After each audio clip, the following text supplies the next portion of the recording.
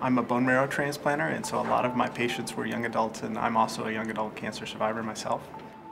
I mean, I was in medicine, but I didn't know that cancer was the #1 natural cause of death for young adults, and I didn't know that the survival rates had stalled out, hadn't really improved in 20, 25 years.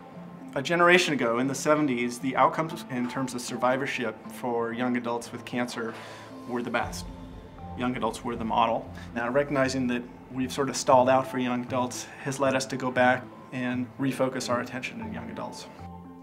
We are learning so much about the biological differences in young adult cancer compared to pediatric and older cancers. You don't have a worse prognosis because you're 60, you have a worse prognosis because of something biologic.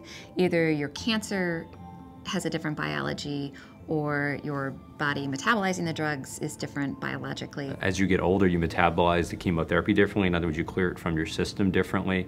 There are examples, for instance, in acute lymphoblastic leukemia, where the disease looks exactly the same under the microscope, but it turns out that young adults diagnosed in their 20s or 30s, have about half of the 5-year survival rate as a child with ALL. Children with cancer have seen 25+% improvements in survival, mainly from improvements in treatment.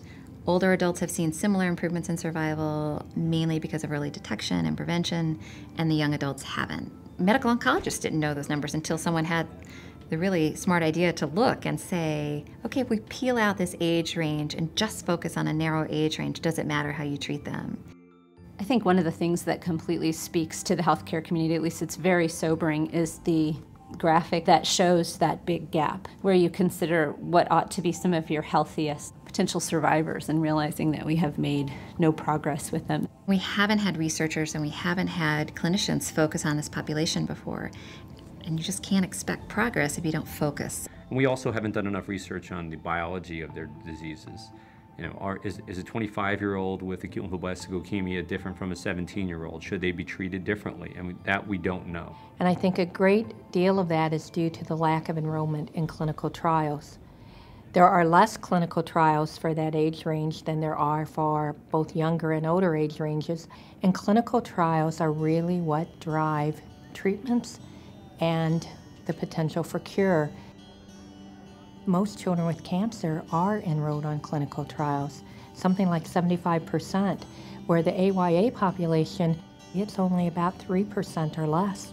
We have not, in healthcare policy and healthcare delivery, seen this population as having distinct needs or needing a distinct structure.